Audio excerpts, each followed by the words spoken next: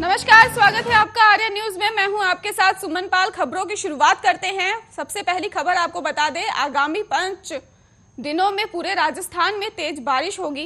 राज्य के पूर्वी हिस्सों में मानसून सक्रिय बना रहेगा और ज्यादातर भागों में हल्के से मध्यम दर्जे की बारिश होगी।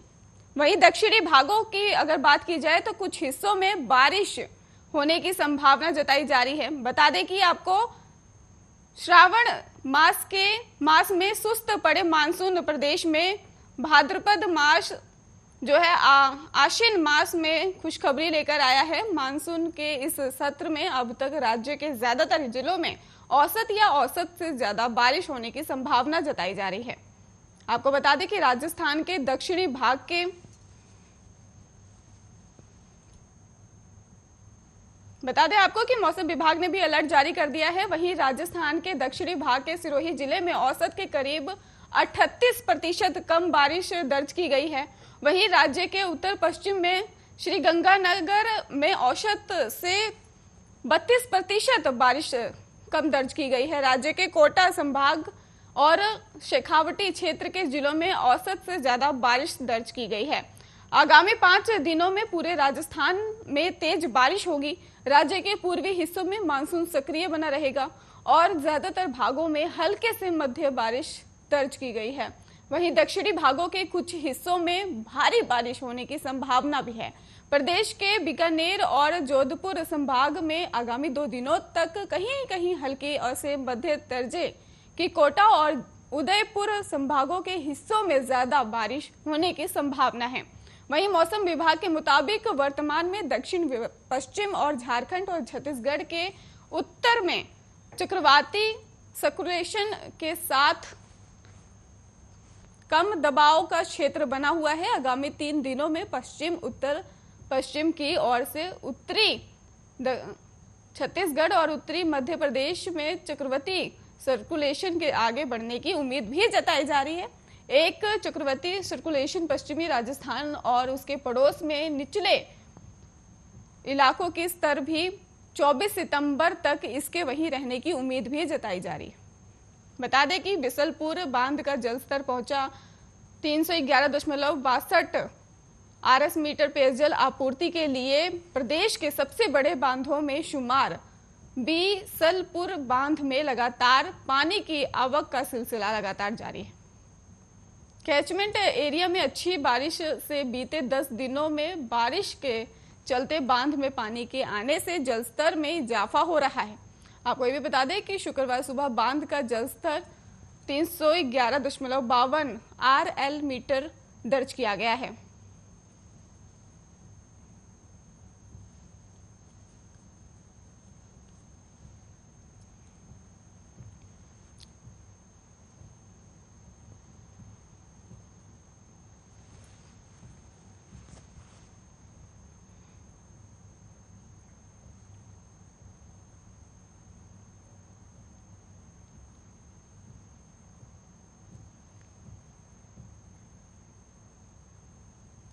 एसआई भर्ती परीक्षा से पहले जिस तरह से नकल गिरोह का खुलासा हुआ है, वो सक्रिय होते हुए नकल गिरोह सामने आ रहे हैं। ठीक इसी तरह से अब रीट परीक्षा में 1-2 दिन पहले नकल गिरोह लगातार परीक्षा में सेंध लगाने का प्रयास कर रहा है। ये हाल तो तब है जब पूरे प्रदेश की पुलिस पहले ही सक्रिय है और संदिग्धों पर नजर बनाए हुए है। इस बार दौसा पुलिस ने कुछ संदिग्धों पर हाथ मारा है। उनकी बातचीत और उनके पास से मिली जानकारी के सामने आई है कि ये गिरोह नेट परीक्षा को प्रभावित करने की तैयारी में जुटा हुआ था। तैयारी किस तरह से कर रहे थे, इससे पहले जोधपुर में और डुंगरूपुर में छापेमारी कर कैश के साथ कुछ लोगों को भी गिरफ्तार कर लिया गया है। आपको बता दें, रीट को प्रभावित करने की तैयारी कर रहे थे ये आरोपी। और दरअसल आपको ये भी बता देते हैं, दौसा की कोतवाली पुलिस को सूचना मिली थी कि एक कार में 4 लोग जो संदिग्ध दिख रहे हैं। पुलिस ने उनको दबोचने का प्रयास भी किया। एकदम से वहां से भागने लगे आरोपी, जिसके बाद पुलिस ने उन्हें दबोचने की कोशिश की। कोतवाली पुलिस ने जांच पड़ताल की तो पता चला कि उनमें से एक लोग दौसा के नहीं हैं। उनके पास से 5 लाख रुपए भी बरामद कर लिए गए हैं। फोन की पड़ताल और जांच में ये भी सामने आया है कि वे गलत तरीकों से रीट की परीक्षा को प्रभावित करने की प्लानिंग कर रहे थे। ये तरीके क्या थी, इस बारे में पुलिस पड़ताल कर रही है। पुलिस का मानना है ये दौसा में इस तरह से और भी लोग हो सकते हैं। चारों संदिग्धों से खुद एसपी और उनकी स्पेशल टीम पूछताछ कर रही है। दोपहर बाद इस बारे में बड़ा खुलासा करने की भी बात कही गई थी।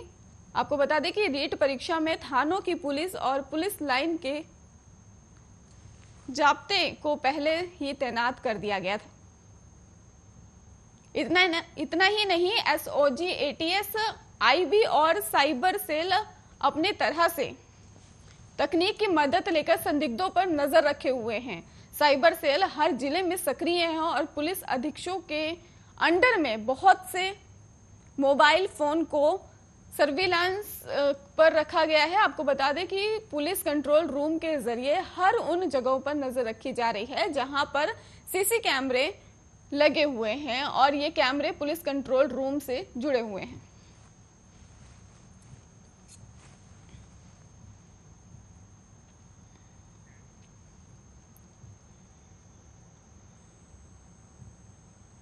राजस्थान में शुक्रवार को एक भीषण सड़क हादसा हो गया। जयपुर जिले में कोटपुतली के नाम के कवरपुरा ग्राम बस स्टैंड पर कार और कंटेनर में भिड़ंत हो गई। टक्कर इतनी तेज थी कि कार उछलकर दूसरी ओर सड़क लेन पर जा गिरी। हादसे में 3 लोगों की मौत बताई जा रही है। मृतकों जो मौत के आंकड़े हैं, बता दें कि दो मौत की अभी तक पहचान नहीं हो पाई है। हादसा इतना भीषण था कि कार चकनाचूर भी हो गई है। हादसे की सूचना मिलने के बाद पुलिस घटनास्थल पर पहुंची और शवों को पोस्टमार्टम के लिए अस्पताल में भिजवा दिया गया है। आपको बता दें कि पुलिस का यह कहना है कि कवरपुरा ग्राम बस स्टैंड के नजदीक से शुक्रवार सवेरे कार गुजर रही थी। स्थानीय लोगों के अनुसार कार सामान्य रफ्तार पर थी। हाईवे पर कारों के साथ ही ट्रकों की आवाजाही भी थी। अचानक धमाके की आवाज से सभी को, स्थानीय लोगों को पता चला कि कार को पीछे से कंटेनर ने टक्कर मार दी है और कार जयपुर से दिल्ली की ओर जाने वाली सड़क लाइन पर गिरी है।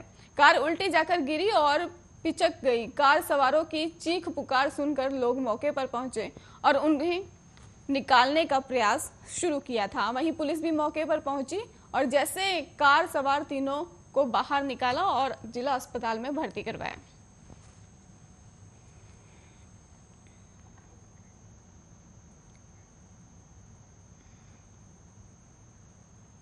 कोरोना के कारण घर में बंद पहली से 5वीं कक्षा के बच्चे भी एक बार फिर स्कूल का रुख करेंगे।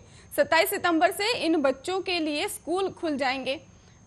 अगले कुछ महीने में किए जाने वाले कार्यों को लेकर चर्चा होगी। वहीं शाला संबलन अभियान के तहत विभागीय अधिकारियों को स्कूलों का निरीक्षण करने के निर्देश भी दे दिए जाएंगे और वर्तमान में नामांकन अभिवृद्धि पर भी चर्चा होगी।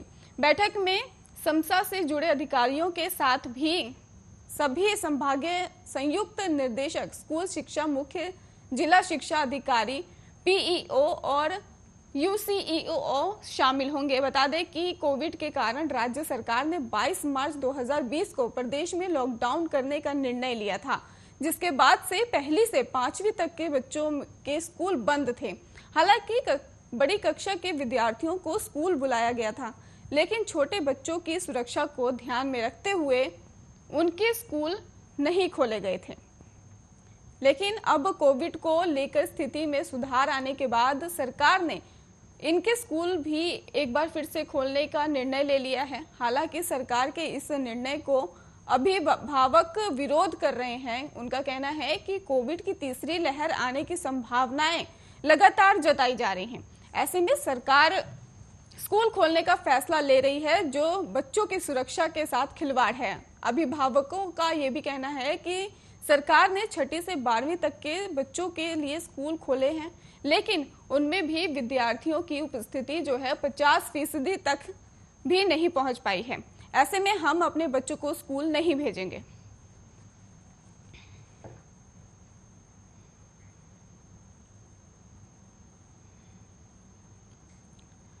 राज्य में विधानसभा का सत्र अब स्थगित हो गया है और अब प्रदेश में कई विभागों के तबादलों में तेजी आने लगी है। राज्य सरकार ने तबादले करने की छूट को 30 सितंबर तक बढ़ाया हुआ है। माना जा रहा है कि अब तेजी से इसको लेकर काम होगा। विधानसभा सत्र के स्थगित होते ही विधायक फ्री हो गए हैं और वे अपने अपने विधानसभा क्षेत्रों की डिजायर लेकर मंत्रियों के पास जा रहे हैं। वैसे विभागों में अभी भी तबादला सूचियां निकल रही हैं। अब माना जा रहा है कि तबादलों की सूचियों में तेजी आएगी और बम्पर तबादले किए जाएंगे। मुख्यमंत्री अशोक गहलोत ने कांग्रेस विधायक के दबाव को देखते हुए प्रदेश में तबादलों पर दी गई छूट की सीमा को 15 सितंबर से बढ़ाकर 30 सितंबर तक कर दिया था।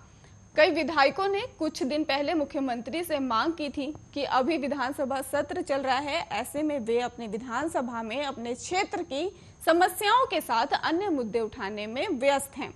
साथ ही कार्यकर्ताओं और अन्य आमजन से भी नहीं मिल पा रहे हैं।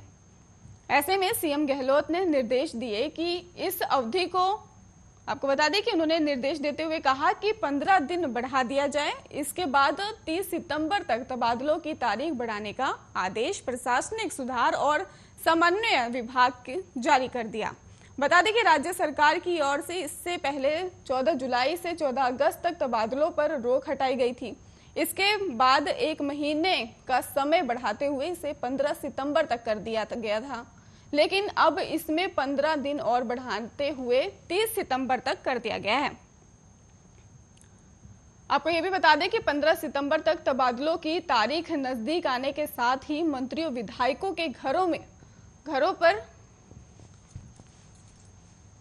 तबादला कराने वालों की भीड़ जुटने लगी थी, लेकिन इन्हें समय नहीं मिल पा रहा था।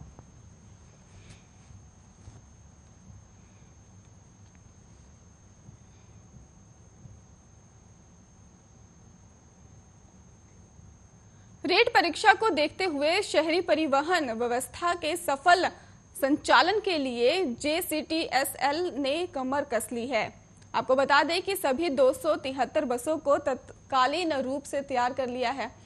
इसके साथ ही रूट दबाव प्रबंधक का इस्तेमाल करते हुए कई रूटों पर बसों की फ्रीक्वेंसी की बढ़ाने की तैयारी भी की जा रही है। परीक्षार्थियों की सुरक्षा और सुविधा को ध्यान में रखते हुए हर बस में अतिरिक्त कंडक्टर की तैनाती की जाएगी। आपको ये भी बता दें कि सुबह 5 बजे से रात 10 बजे तक संचालित होती रहेंगी बसें, लेकिन प्रबंधन ने यह फैसला किया है कि रीट परीक्षा काल के दौरान यह रात 11 बजे फिर जरूरत अनुसार आगे भी संचालित हो सकती है। आपको बता दें कि छात्रों की सुरक्षा और सुविधा के लिए पूरे शहर में उड़न दस्तों की तैनाती की गई है और इसके लिए 16 टीमों का गठन किया गया है। इसके अलावा OSD, CM और अन्य अधिकारियों की भी अलग टीम बनाई गई है। इसके साथ ही JCTSL ने इन दस्तों से अलग 20 कर्मचारियों को अतिरिक्त रूप से तैनात किया है। छात्रों की मुफ्त यात्रा को लेकर JCTSL तक कोई आदेश नहीं है।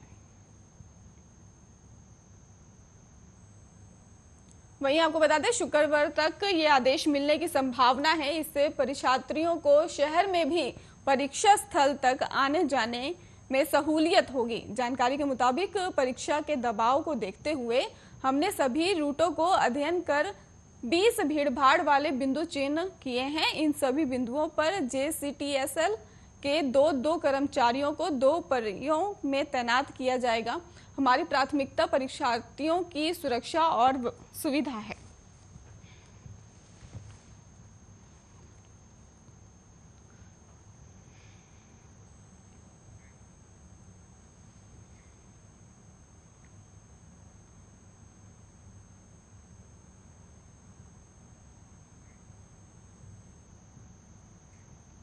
मनोहरपुर दौसा नेशनल हाईवे पर रायसर थाने के समीप बुधवार देर रात सांड को बचाने के चक्कर में रीट एग्जाम के पेपर से भरा कंटेनर अनियंत्रित होकर पलट गया। आपको बता दें हादसे में कंटेनर चालक की मौत हो गई है। अन्य 2 लोग घायल भी बताए जा रहे हैं। घायलों को अस्पताल भिजवा दिया गया है। कंटेनर हथियार बंद जवानों की सुरक्षा में जा रहा था। आपको ये भी बता दें कि हादसे के बाद पुलिस अधिकारियों के होश उड़ गए हैं। सूचना के बाद मौके पर पहुंची पुलिस अधिकारियों ने और परिवहन विभाग के कर्मचारियों ने घटनास्थल का जायजा लिया। इसके बाद पुलिस लाइन जयपुर में अतिरिक्त जाब्ता मंगवाया गया और पूरी रात दुर्घटनाग्रस्त कंटेनर हथियार बंद पुलिस जवानों के पहरे में रहा। गुरुवार सुबह आनन फानन में परिवहन विभाग की मदद से दूसरा कंटेनर मंगवा लिया गया और पेपर के मंडलों को रिंगस थाना पुलिस की एस्कॉर्ट के अलावा एक अन्य कार में पुलिस जब्ते के साथ रवाना किया गया। आपको बता दें कि कंटेनर में रीट के पेपर होने की पुष्टि माध्यमिक शिक्षा बोर्ड अधिकारियों ने नहीं की है। आपको ये भी बता दें कि रीट परीक्षा रविवार 26 सितंबर को होनी है। हादसे की सूचना के बाद मौके पर गया था। कंटेनर में क्या था पता नहीं, ऐसा स्थानीय लोगों का कहना है। सरकारी माल होने की जानकारी अभी है।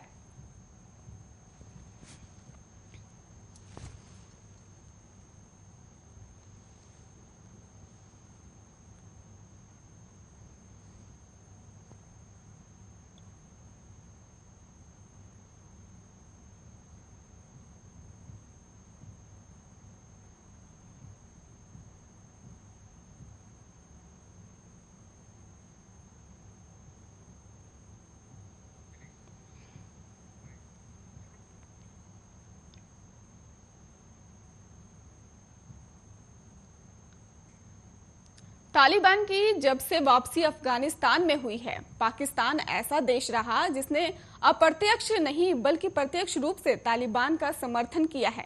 लेकिन अब पाकिस्तान के प्रधानमंत्री इमरान खान का कहना है कि वो तालिबान को मान्यता तभी देगा जब तालिबान उसकी कुछ शर्तों को मान लेगा।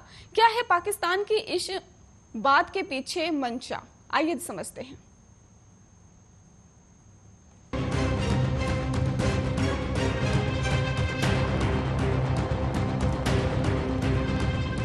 आप लोगों ने वो कहावत तो सुनी ही होगी ना, चोर चोर मौसेरे भाई। अगर हम ये कहें कि ये कहावत पाकिस्तान और तालिबान पर एकदम सटीक बैठती है तो इसमें कोई दो राय ना होगी। जग जाहिर है कि आतंक को पनाह पाकिस्तान देता है और तालिबान भी आतंक के बल पर ही दोबारा से अफगानिस्तान पर राज करने लगा। लेकिन अब पाक कह रहा है कि वो तालिबान को कुछ शर्तों पर ही मान्यता देगा। कमाल है, आतंकवाद को फैलाने के मामले में तुम डाल डाल में पात पात रहने वाले पाकिस्तान और तालिबान अब एक दूसरे का साथ देने के लिए मान्यता देने का ढोंग कर रहे हैं। खैर, आपको बताते चले कि पाकिस्तान के प्रधानमंत्री ने एक निजी वेबसाइट को दिए इंटरव्यू में ये बातें कही। अब क्या कहा है, सबसे पहले आपको वो समझाते हैं। दरअसल हुआ कुछ यूं है कि पाकिस्तान के प्रधानमंत्री इमरान खान ने कहा है कि पड़ोसी देश अफगानिस्तान में महिलाओं को शिक्षा हासिल करने से रोकना गैर इस्लामिक होगा। इमरान खान ने पाकिस्तान की ओर से नई तालिबान सरकार को औपचारिक मान्यता देने के लिए आवश्यक शर्तें रखी। उन्होंने तालिबान नेतृत्व से समावेशी बनने और मानवाधिकार का सम्मान करने की अपील की। प्रधानमंत्री इमरान खान ने यह भी कहा है कि अफगानिस्तान का इस्तेमाल उन आतंकवादियों के ठिकाने के लिए नहीं होना चाहिए जो पाकिस्तान की सुरक्षा को खतरे में डाल सकते हैं। आपको बताते चले कि पिछले सप्ताह ही तालिबान ने माध्यमिक स्कूलों में लड़कियों के आने पर फिलहाल के लिए अस्थायी रोक लगा रखी है। सिर्फ लड़कों और पुरुष शिक्षकों को स्कूल आने की अनुमति है। लेकिन इमरान खान ने उम्मीद जताई है कि लड़कियों को जल्द ही स्कूल आने दिया जाएगा। इमरान खान ने कहा है कि सत्ता में आने के बाद उन्होंने जितने भी बयान दिए वो उत्साहजनक है। मेरा मानना है कि वो लड़कियों को स्कूल जाने की अनुमति दे देंगी। महिलाओं को शिक्षित नहीं होना चाहिए, ये विचार गैर इस्लामिक है, इसका धर्म से कोई नाता ही नहीं है। अगस्त में तालिबान ने अफगानिस्तान पर नियंत्रण स्थापित कर लिया था। आपको बताते चले, इसके बाद से ही ये चिंताएं बढ़ गई थी कि कहीं उनका शासन 1990 के दशक जैसा तो नहीं हो जाएगा, जब तालिबान ने महिलाओं के अधिकारों पर काफी पाबंदियां लगा रखी थी। हालांकि तालिबान के नेतृत्व ने ये कहा है कि शरिया के अंतर्गत महिलाओं के अधिकारों का सम्मान किया जाएगा। पिछले सप्ताह लड़कियों के स्कूल आने से रोकने के फैसले को लेकर अंतर्राष्ट्रीय स्तर पर आक्रोश व्यक्त किया गया। हालांकि तालिबान के प्रवक्ता ने बाद में कहा कि जितना जल्द होगा लड़कियां स्कूल वापस लौटेंगी, लेकिन अब भी ये स्पष्ट नहीं है कि लड़कियां क्या वाकई स्कूल लौट पाएंगी और अगर वे वापस लौटेंगी तो उन्हें किस रूप में शिक्षा दी जाएगी। ये पूछे जाने पर कि तालिबान औपचारिक मान्यता हासिल करने के लिए क्या वाकई उनके मानदंडों को पूरा करेगा, इमरान खान ने अंतर्राष्ट्रीय समुदाय से तालिबान को और समय देने की इसी बीच अपील भी कर डाली। इमरान खान ने यहाँ तक कहा कि इस पर फिलहाल कुछ कहना जल्दबाजी होगी। उन्होंने उम्मीद जताई है कि अफगानिस्तान की महिलाएं आखिरकार अपना अधिकार हासिल जरूर कर लेंगी। आतंकवाद के खिलाफ जंग में पाकिस्तान को कई देशों ने एक मजबूत सहयोगी के रूप में नहीं देखा है। अमेरिका और अन्य कई देशों में लोग पाकिस्तान पर यह आरोप लगाते रहते हैं कि वो तालिबान को समर्थन देता है। हालांकि पाकिस्तान इससे साफ तौर पर लगातार इनकार करता रहा।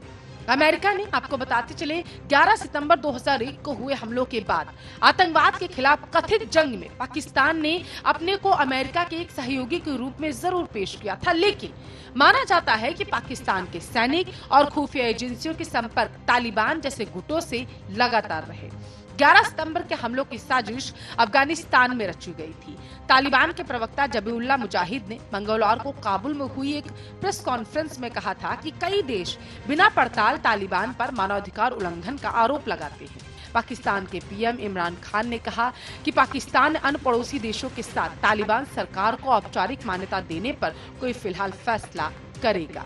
उन्होंने कहा सभी पड़ोसी देश मिलेंगे और देखेंगे उन्होंने कैसी प्रगति आगे की है। तालिबान को मान्यता देना या न देना एक सामूहिक फैसला होगा।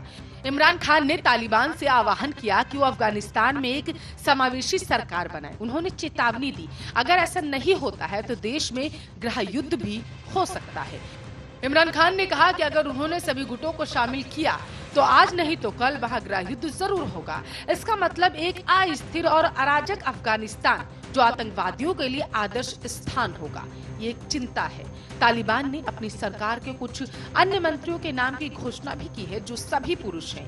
इनमें एक डॉक्टर को स्वास्थ्य मंत्री बनाया गया है, लेकिन जानकारों का मानना है कि सरकार में तालिबान समर्थकों का प्रभुत्व है और अल्पसंख्यकों को काफी कम प्रतिनिधित्व मिला हुआ है। स्पेशल डेस्क, आर्य न्यूज।